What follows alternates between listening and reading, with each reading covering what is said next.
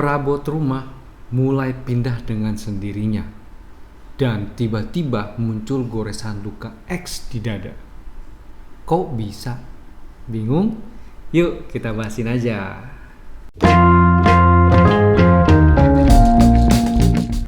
Oke, gue di sini hanya menceritakan tentang kisahnya aja ya.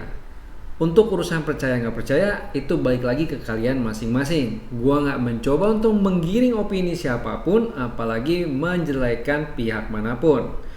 Tapi jangan lupa untuk dukung terus channel gue dengan klik like, comment, share, dan subscribe.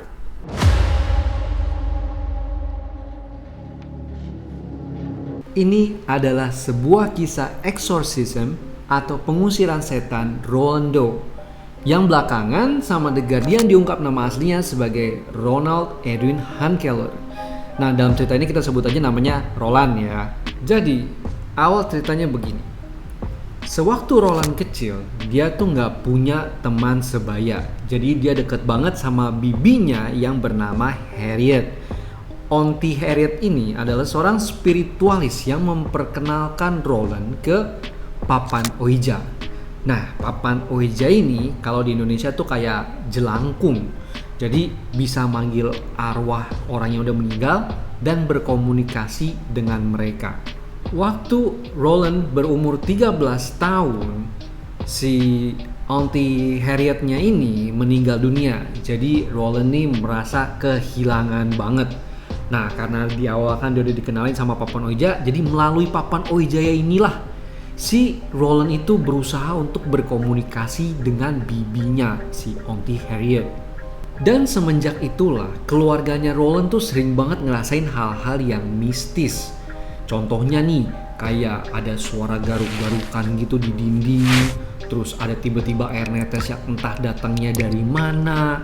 Nah, terus perabot-perabot yang mulai melayang di sekitarnya Roland, sampai kasur Roland itu bisa bergeser dengan sendirinya. Karena keluarganya yang udah mulai risih nih sama kejadian-kejadian mistis yang terjadi di rumahnya, mereka tuh mencoba menghubungi seorang pendeta bernama Luther Miles Scholz untuk minta pertolongan. Nah, sama pendeta Luther ini dirujuk lagi ke seorang pastor yang namanya Edward Albert Hughes untuk menjalani ritual eksorsisme atau pengusiran setan di Georgetown University Hospital. Dan yang seperti kalian tahu, ya pastinya nggak berhasil lah. Si Roland ini, dia berhasil mencabut sebuah per ya dari kasur. Di kasurnya spring bed berarti ya, bukan kasur busa biasa. Nah, si per itu berhasil dicabut sama Roland untuk jadiin senjata dan dia berhasil melukai tangannya si pastor Albert Hughes ini. Karena proses eksorsisme atau pengusiran setan yang pertama tadi nggak berhasil, akhirnya keluarga ini memutuskan untuk berangkat ke St. Louis nemuin sepupunya Roland yang katanya punya kenalan yang bisa bantu nyembuhin si Roland ini. Nah, ada juga cerita yang bilang kalau keluarga itu berangkat ke St. Louis karena di tubuhnya Roland ini muncul kayak tulisan Louis gitu. Dan kayak seolah-olah itu tuh petunjuk gitu untuk mereka, pergilah kalian ke St. Louis untuk mencari bantuan gitu. Cuma kan ini iblis yang di dalam badannya si Roland, masa iblis yang ngasih clue sih? Ya pokoknya karena alasan apapun itulah, akhirnya keluarga mereka nih berangkatlah ke St. Louis. Di St. Louis ini ada seorang pastor yang bernama William Sporing Bowdern. Nah, si pastor Bowdern ini dia sempat ngunjungin si Roland di rumah kerabatnya. Di situ Pastor Bowdern ini udah melihat kejadian-kejadian aneh ya. Kayak contohnya nih, kasurnya si Roland udah mulai bergetar. Terus abis itu mulai muncul luka-luka goresan di badannya si Roland. Dan kalau diperhatiin, siang si Roland ini baik-baik aja. Begitu menjelang malam, ini tuh tingkah lakunya mulai aneh. Kayak orang kesurupan. Dan suaranya tuh bisa berubah tiba-tiba jadi kayak serak-serak gitu. Cuma serak biasa atau serak becek gue nggak tahu karena di sini nggak ada keterangannya ya. Selain itu, Roland ini juga kelihatan marah banget kalau ngelihat pastor ini ngebawa benda-benda suci. Ya contohnya kayak misalkan salib atau yang lain-lainnya gitu. Nah, suatu ketika si pastor Bowden ini tiba-tiba ngeliat di dadanya Roland muncul goresan kayak tanda X silang. Nah, menurut dia tanda X ini menandakan angka 10 Romawi yang berarti ada 10 iblis di dalam tubuhnya Roland. Dan selain itu dia bilang ada bentuk pola trisula. Trisula tuh model kayak lo tahu ini kan maskotnya MU tuh dia bawa garpu yang bentuknya 3 gitu. Nah itu pola seperti itu turun dari pahanya Roland sampai ke pergelangan kaki jalan. Anjing apa sih itu?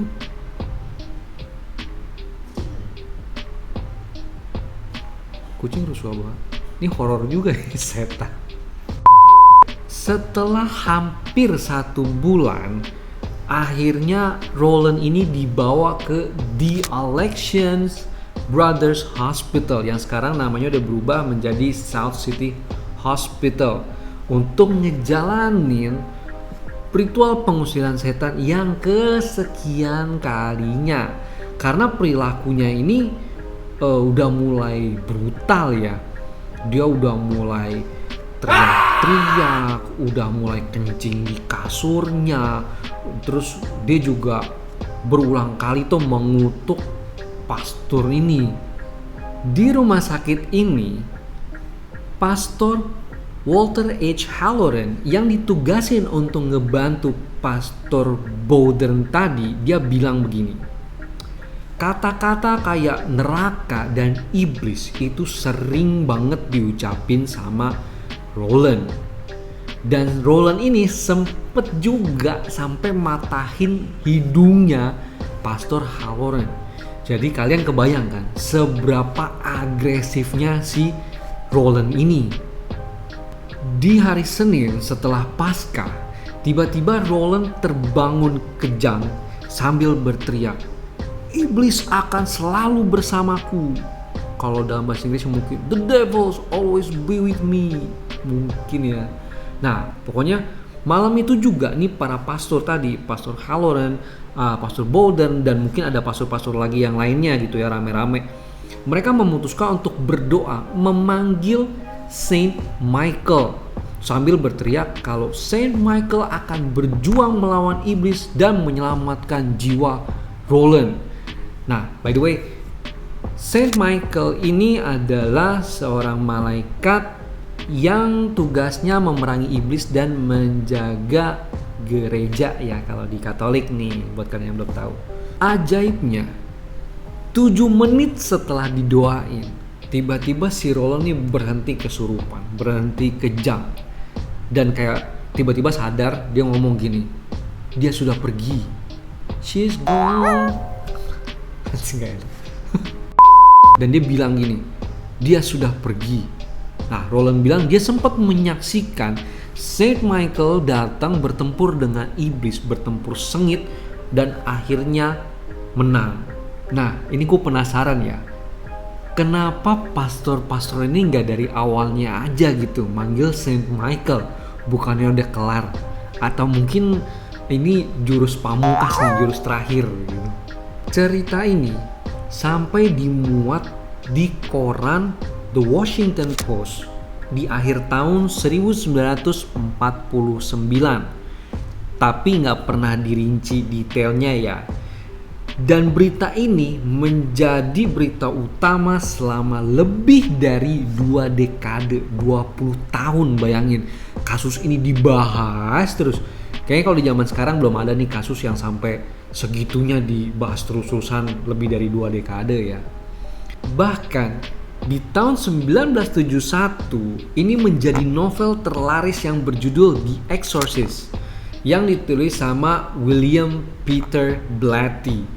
Nah, katanya nih ya, novel ini ditulis berdasarkan buku hariannya si Pastor Bowden dan Pastor Halloran tadi. Tapi buku harian yang gak resmi gitu ya. Dan di novel ini nama tokoh utamanya diganti jadi gadis berumur 12 tahun bernama Regan. Dan gak lama setelah novelnya, di tahun 1973 cerita ini sampai diangkat ke layar lebar jadi film The Exorcist ya. Ini film memang terkenal banget sih, film horornya. Kalian bisa cari di ya platform manapun itulah. Sampai saking suksesnya sempat di-ban kalau nggak salah. Cobalah kalian cari tahu lah ya. Nah, cuma di film ini nih adegannya dibikin agak sedikit berlebihan katanya. Gak ada tuh yang namanya muntahan warna hijau gitu. Pan di sana nggak ada cendol. Lu muntah hijau dari mana coba kan? Terus sama kepalanya muter sampai 360 derajat tuh kayak burung hantu gitu. Nah, itu di kejadian nyatanya nggak ada. Ya intinya sih kisah exorcismnya si Roland Doe ini banyak menjadi inspirasi buku-buku dan film-film. Nah biasanya di mana ada misteri di situ pasti ada teori kan. Kalau sekarang di mana ada yang mistis pasti ada yang skeptis. Dalam buku Possessed, The True Story of Exorcism di tahun 1993 yang ditulis oleh Thomas Benton Allen, dia menuliskan pandangan-pandangan para ahli di masa kini. Dan menurut mereka itu, Roland hanyalah seorang anak yang terganggu secara psikologis ya. Nggak ada yang supranatural tentang kejadian-kejadiannya dia ini. Nah, bahkan Thomas Allen ini dia sempat meminta Pastor Halloran untuk bersaksi karena kan Pastor Halloran ini salah satu saksi hidup yang paling terakhir meninggal lah gitu.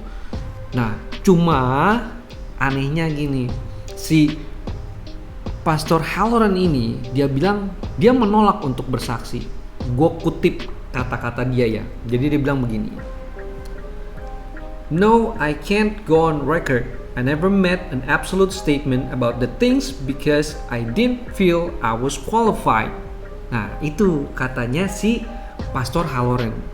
Aneh kan?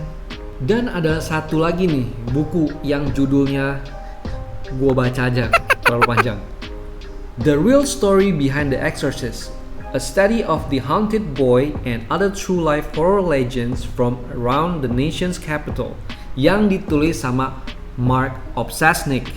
Nah, di buku ini dia menuliskan investigasi dianya nih yang menurut dia janggal gitu. Pertama, ada lokasinya yang di kebanyakan ditulisnya itu kan kejadiannya di Mount Rainier, Maryland. Padahal si Roland ini waktu kecil dia tinggalnya tuh di Cottage City, Maryland. Terus menurut dia banyak cerita yang hanya berdasarkan katanya tanpa ada pengecekan fakta yang lebih lanjut. Dan dia ada nemuin satu lagi nih. Dia bilang ternyata si Pastor Albert Hughes ini punya gangguan emosional. Dia pun sempat menghilang dari Cottage City. Nah ini kan berarti pengakuan si Albert Hughes ini. By the way, Albert Hughes ini adalah pastor yang pertama kali melakukan eksorsisme terhadap Roland ya. Jadi kan kesannya kayak apa yang dikatakan si Albert Hughes ini mungkin aja nggak sah gitu karena dia punya gangguan emosional tadi.